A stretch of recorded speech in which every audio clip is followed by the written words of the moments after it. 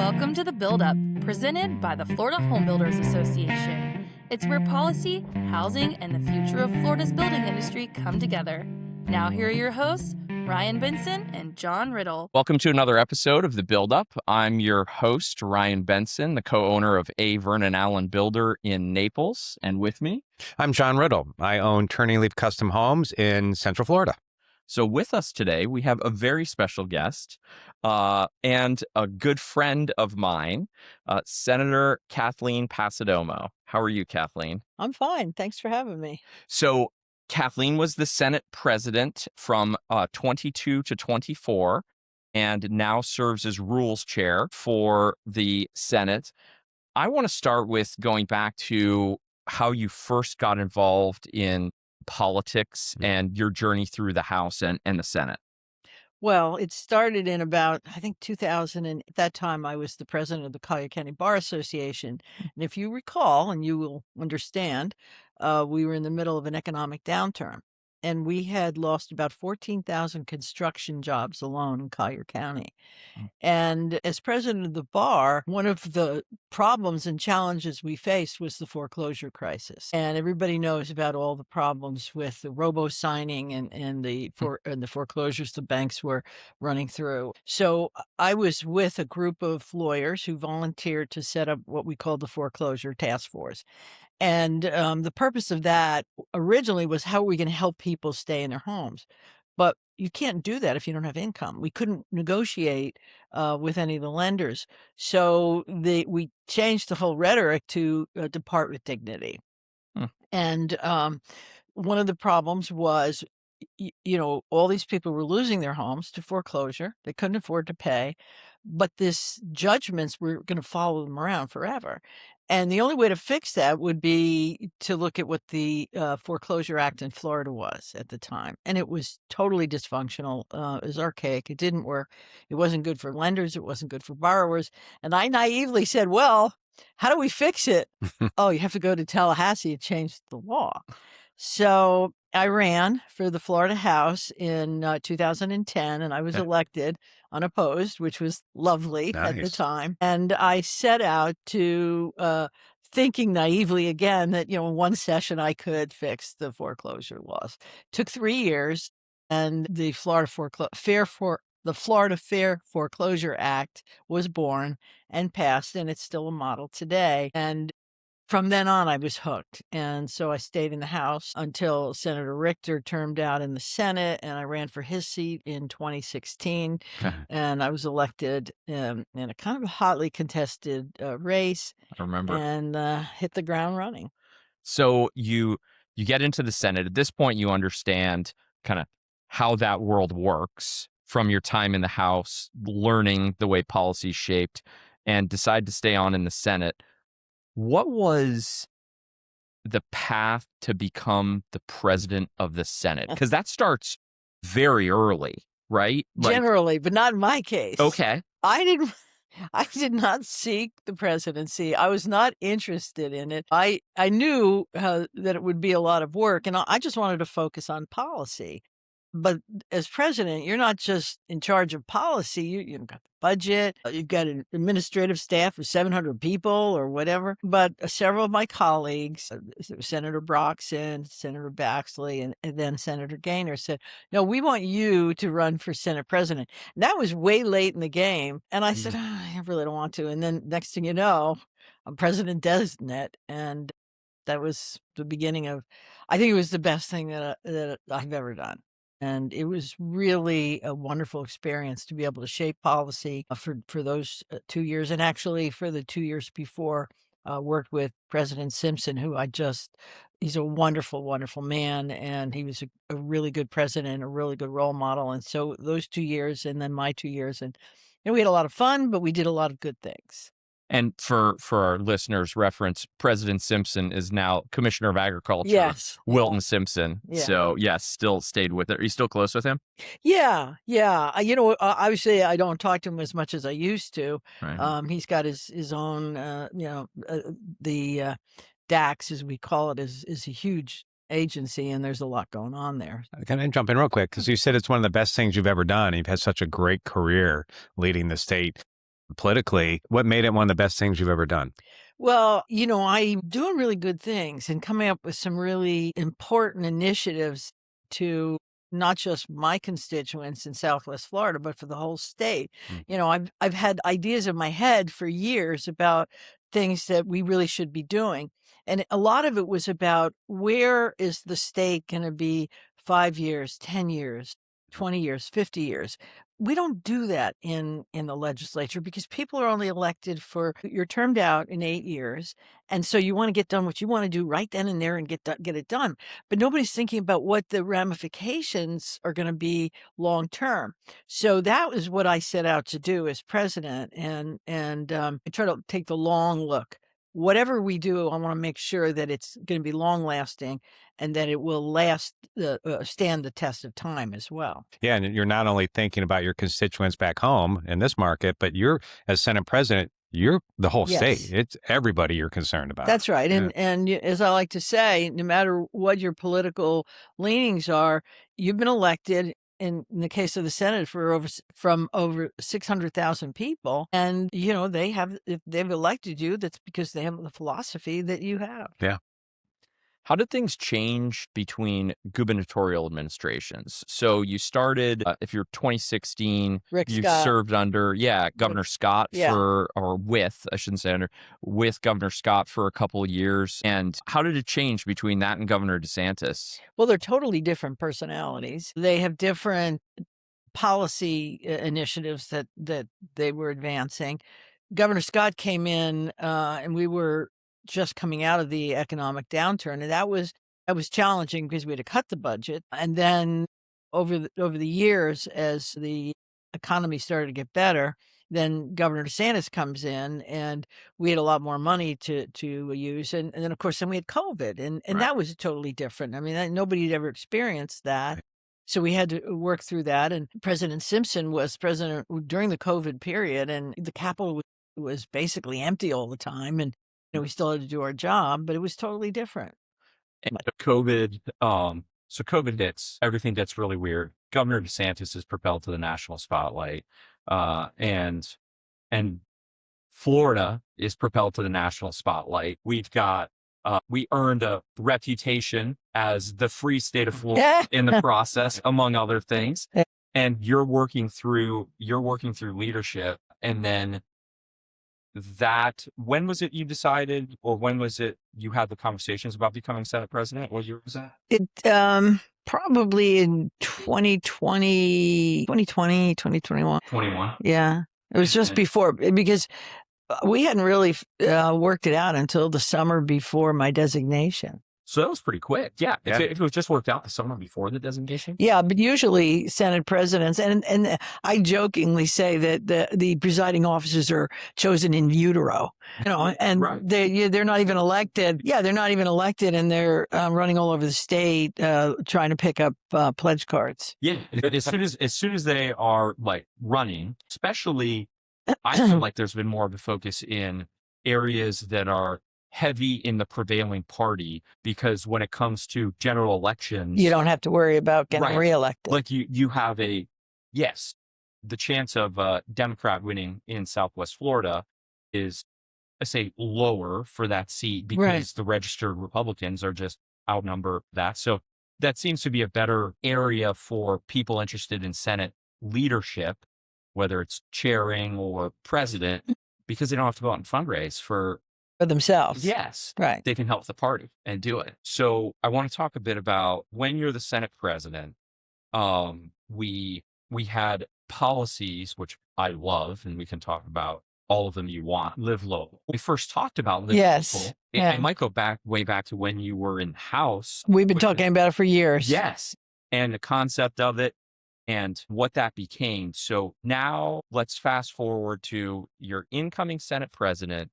Was that your first big initiative? Yes. Yeah. And it's a fascinating process. You sit down with staff in the president's office, and there are a group of really bright lawyers who are policy advisors in the different areas. So that summer so it was the summer of 2020, 22, I sat down with, I had asked Andrew McIntosh to be my chief of staff. He was in the president's office at the time. So I sat down with him at the beginning of the summer and we talked about what initiatives I was interested in. And I said workforce housing and went through the whole scenario of what my vision was. And so he assigned policy advisors to work with it. And they worked all summer on the legislation. And it was a brilliant concept. And of course, we worked with Florida Housing, who, Yeah. as you know, and some of the brightest minds in the state, and came up with a plan. And it was pretty bold. I get calls from all over the country now, still saying, "Well, we want to duplicate it." The same kind of concept in other states. It was challenging because it hadn't been done before. Here's the thing: we've been talking about workforce housing and affordable housing as long as I have been in Florida. Yeah. That was 1979, and the problem is there was a perception that when you're talking about affordable housing, what you're thinking of are like concrete block Yep. houses painted lime green with graffiti and bars on the window and no grass and 20 cars in the yard, most of them on blocks. And that's not what we're talking about. We're talking about law enforcement and teachers and healthcare personnel and the people who work with you every day, the tellers at the bank, the cashiers at Yep. Publix. They are the essential workers in our state. So that's who we were marketing or targeting. The governor's idea of the Hometown Heroes program just fit right into it. And we've even changed that to, originally Hometown Hero was someone who was a member of the protective services, law enforcement, or teachers. But the way I look at it, if you work for a Florida company and you're a worker in Florida, you're a hero to me. And so we expanded the Hometown Heroes program, down payment assistance, and it's really taken off since then. And how did Live Local end up, the current version of Live Local versus your original vision? It's a little different. It's because my original vision was rehabbing or reconstructing or renovations. This is how I came to it. I remember when I first thought about Live Local, it started with the report I'd read from, I can't remember who did it, but it was talking about all the small strip centers that are all going out of business. Unfortunately, because of Amazon, nobody's going to these little stores. Everybody's buying everything online. And so if you drive, and I remember thinking about this, I drove one time, I tested it from Naples to Fort Myers on US 41. Now, it took forever, but I noticed there was one strip center after the other, and then you'd have maybe a bank building or a hospital or some office building. But the strip centers were all vacant, and they were all one story. And I thought, oh my goodness. And the thing about it is, this is on a transportation corridor. If you turn one block in, you're into houses. Yep. Yeah. So I thought this would be the ideal situation. Rehab those buildings, reconstruct them, make them apartment buildings for our workers. And that's where our concept of Live Local was, because if you live local, you could walk to work.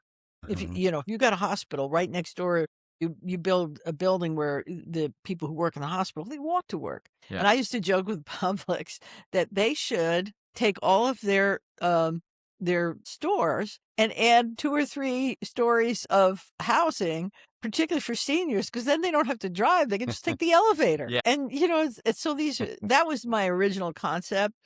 A lot of it now is new construction. And even, in Miami, they do a lot of renovations and they're taking some of the older buildings and renovating them. But there's a lot of construction of, buying new parcels. And on one hand, that's great. And the developers are utilizing Live Local for that. On the other hand, I get a little distressed when those projects start getting into my other initiative, which was the wildlife corridor, because we want to protect our rural communities. And as these developments push outward, there's going to be a clash. Yeah. No, I actually remember when we were at lunch with Florida Housing and we were at Dorona at the time, and across the street we pointed, you're like, that that public shopping center right there. Let's go up. Exactly. And I remember vividly having that conversation about it when you were first coming in to be president. And it's common sense when you think about it, because one of the biggest issues is the traffic issue or parking. Now, if you're going to put those strip centers, they're not 24 hours. Right. They're usually, 9 to 5 or whatever. And then the people who live there work somewhere else. If they work somewhere else, shared parking. And there's a lot of common sense solutions. And that will happen. I think Publix is doing that in Key West. I believe they're building. Okay. And in Miami, they do have some of those multi-purpose buildings. I'd like to see more of that, because as we get into the challenges of growth management in our state, which is a huge, huge problem and something that we have to tackle, and I won't be there, so I just hope my successors will do that. How do you juxtapose the two? In your opinion, what is Tallahassee getting right on growth management? Not much right now, I'm No? sorry to No. say. Think we have, and I've said this publicly, we have done so many one-off legislation. And I'll tell you where it's come from. So we have local governments that are trying to shut down growth. Because a lot of you had mentioned it earlier, all these people are moving into the state, the free state of Florida. We have people coming down in droves. As soon as they get here, they want to shut the door. Right. We don't want anybody else here. And it doesn't matter if you're Republican, Democrat. It's like, we're here. Let's stop. So the local governments are listening to that. They want to stop. In general, they want to stop development because there's just, there's concerns about water, traffic, everything. So then you have developers who just bought a piece of land and they're having the devil of the time getting permitting. So here's what they do. They come to the legislature, and in one session, they can have a bill passed to give them what they want. Yeah. And we've been doing that. And and you hear about the home rule issue, and I get that. My thing is, we have to bring all the parties together, and they're going to have to start talking about a statewide growth management plan. That is, I think, critical, because as our state continues to grow, and I know y'all are builders, so here's the thing. Do we want to see concrete from Fort Myers to Fort Lauderdale? Right. And everything in between? Right. Or do we want to protect what we have? That's why the wildlife corridor that I talk about incessantly is so important to our future, because in 50 years, we don't want to see the center of the state be as developed as the coasts. And so we have to start looking at how are we going to continue what we're doing? And unfortunately, it's going to mean that the coasts are going to have to compress and go up. Where else are you going to? Because we can't keep urban sprawl. And we had some legislation that was proposed this year. I was very vocally adverse to the Blue Ribbon Project. It's a good thought, but don't just throw it out there in a vacuum. We need to do a plan, and that's where y'all can come in, because this is what you do. How do we grow as a state? I'm on a soapbox here because I won't be involved. How do you feel about let's go to the wildlife corridor. How do you feel about how you've left that? I'll say, I know the trajectory is awesome. Do you think that the path is laid? No pun intended, but the path is laid for that to take what it needs to maintain this environment that we all live here for? Yeah, it's a complex issue, because what we are doing is either purchasing outright or conservation easements from the ranchers and the farmers, because that's the rural communities. So the state is investing dollars, and we've bought a lot of land. I know there are a number of people who, Commissioner Simpson is very interested in this, is more in tune with conservation easements so that the land could continue to be farmed and cattle ranches or whatever, and maintained by those people. But I think the course is set. Areas of opportunities. We have the wildlife corridor group is very active. They're as active as you are in the workforce housing, and really good people and so I think are the people who live in this state, they're very concerned about the environment. And the people who are moving here are very concerned about it, because, as I said, they got their piece of the pie and they don't want to lose it. And we have lots of issues with water quality, quantity, and it all is wrapped into the quality of life in our state. And if we continue on the path we're on, the quality of life will go down. And so those of us who live here, I mean, I was for years, I represented developers and now I'm looking at it saying, how do we do it better? Yeah. And we will, I think. It's kind of like turning that battleship around, right? It's going to take a long time, especially with the home rule groups that are out there. And will they really be receptive to a statewide policy on growth management? Here's the thing about home rule. And we talk about, the litigation surrounding it. I look at it this way. If you bought a piece of land in Florida in 1800, that's you bought it without any zoning, you bought this, you're farming it, you're living there, whatever. And then the local government came in and overlaid a growth management plan or a comprehensive plan. Well, you owned it before that, so you have rights because they put it on you. Now, if you come down from New York and buy 19,000 acres next week, the zoning is already there. Yeah. Why are you coming to change it and say home rule and say private property rights? Because you bought, I liken it to, the people who buy a house near an airport and then want to move it. I mean, it passed. It did pass. Okay. Yeah. So it's going to the governor for signature. These are, and we just have to, part of the problem is there's not a lot of talking in a group. And that's how, when we did Live Local and then when we did Live Healthy, I insisted that before we even filed a piece of legislation, we create like a tent, a virtual tent, and everybody can stick their camels. They can stick their nose in it, but don't turn around and do anything else. Yeah. No. So, Yeah. So that's the only way to do it and it's hard because everybody has a real, I'm right and you're wrong. There's a lot of that going on. Yeah. But if you talk and talk and talk and you have good leadership, and I know we do in the legislature right now, Jim Boyd's coming in as president and he's going to be a great leader. Sam Garrison in the House can be a great leader. We've had some challenges. I think Ben Albritton's done a wonderful job and he's just different than the Speaker Perez. But we're moving on, and the governor has been very helpful with regard to some of the initiatives that we've done. Well, let's keep on that subject line, if you don't mind. So our subscribers, our listeners are here because they understand how important it is for us as an association to advocate on behalf of our industry.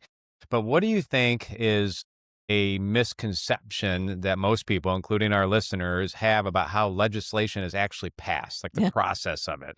Well, yeah. Well, first of all, the biggest problem is that a lot of my colleagues, and I was guilty of it too, you get a bill.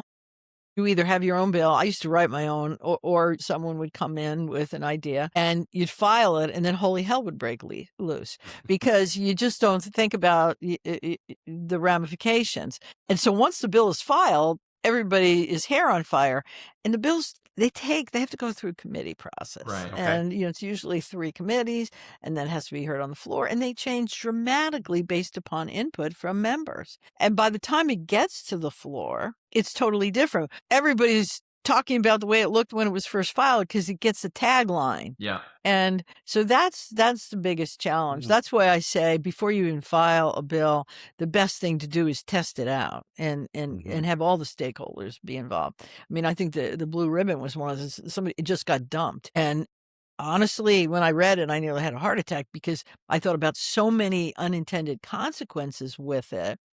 And, Senator McClain, he acknowledged it and agreed with it. And I think he's willing to take that kind of concept and maybe look at a whole, our Land Development Act and try to create something that works on a statewide level.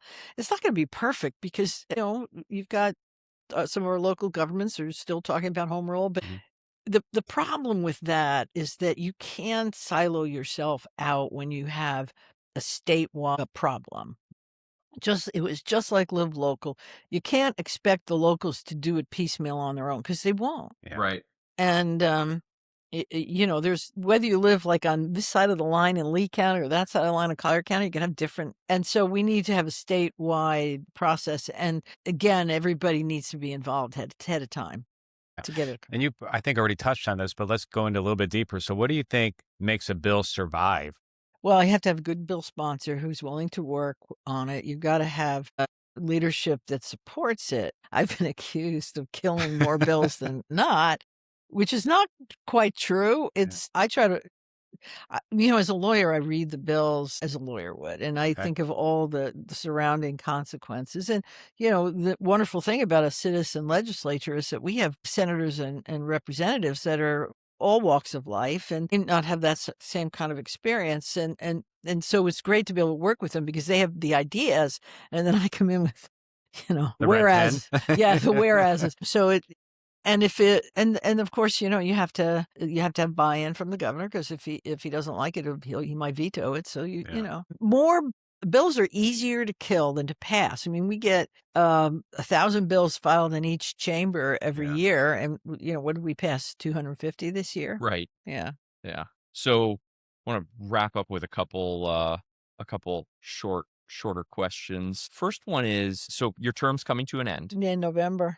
And what advice would you give to the legislature, the future legislators, say your parting words to them in how they steward the state? Well, I've been saying it for this whole half hour, is we've got to think of the future in all areas, not just growth management, but healthcare. We didn't talk about Live Healthy. I mean, we have all these people moving to Florida from all over the country, and most of them are older, and they're not bringing their doctors with them, and they're going to need healthcare.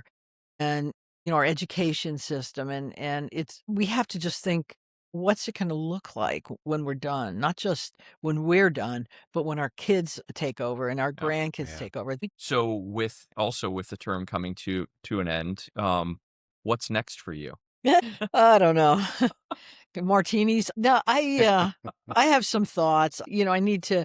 I'm building. I have this great builder who's rebuilding my house. Who's building your house? My house got it got wet. I just say got wet, but it got wet in Ian, and Milton, and Helene, and I'm like the hole in the donut. I'm at 6 feet, and everybody else is way up there. So we tore it down in September, and we're building it, and that won't be done till probably as soon as possible, please. As soon as possible. And yes, Senator. and so and then I'll see from there. I don't know. I may stay involved. There's just so much to do. I'm also older. And then in your home district, which is Collier Hendry, that stretch, what's your favorite restaurant? Well, it's easy to say. It's Sea Salt in Naples, because Ingrid and Fabrizio Aielli are two of my closest friends, and we've been friends for, God, forever. I ate there yesterday. Did you? Yes, Yeah. yes. But all the restaurants, I'm going to Grappino tonight, and I love that restaurant because their bakery is phenomenal. It is. And in Tallahassee, what's your favorite restaurant? Well, I don't go out to eat much. If I do, I like to go to either Savor or Sage. But I've rented a house because I needed a house to live in while I'm having my house here built, and it was cheaper to live in Tallahassee. So I cook a lot, and I invite people over all the time. I have people inviting themselves over. I was saying, it might be a good dinner party. Yes. Yeah. It really, and this is the most quirky, charming house you could imagine. Just really quirky. We could do an episode from our kitchen. We could. I was thinking dinner the exact together. same We could. thing. That, While we're cooking, talk about it. Yeah, It's really, I enjoy that, because I think when you break bread with people, you get an insight into who they are, and not just on a professional level, and I really enjoy that. be fun. Yeah, that'd be great. Yeah. I'm looking forward to There it. you go. I just got to get your house built first. Do that. Yeah, let's do that. We'll do that. We'll celebrate, and then We'll do the new house. I'll cook in Naples. Yeah, because my kitchen's going to be stunning. Well, we certainly appreciate, on behalf of all Floridians, the Home Builders Association, everyone, the impact that you've had, and I've said it publicly and I say it a lot privately, the impact that you've had on the state of Florida and Floridians and our workforce and the seniors and those that need it most is one of the most transformative, say, legislations. But as a person, you've done so much for so many. Yeah. Yes. And we want to recognize that. Oh, So- thank you. Well, I've had good partners. You're one of them, and I think the legislature's in good hands. Good. We appreciate you so much. That's been another episode of the Build Up Podcast. Make sure you subscribe. Thank you so much for joining us. Thank you, Thank Senator you. Passidomo. We appreciate Thank you everything so you've much. done. Thank you. Take care. And that's a wrap on this episode of The Build Up, presented by the Florida Home Builders Association. Thanks for listening.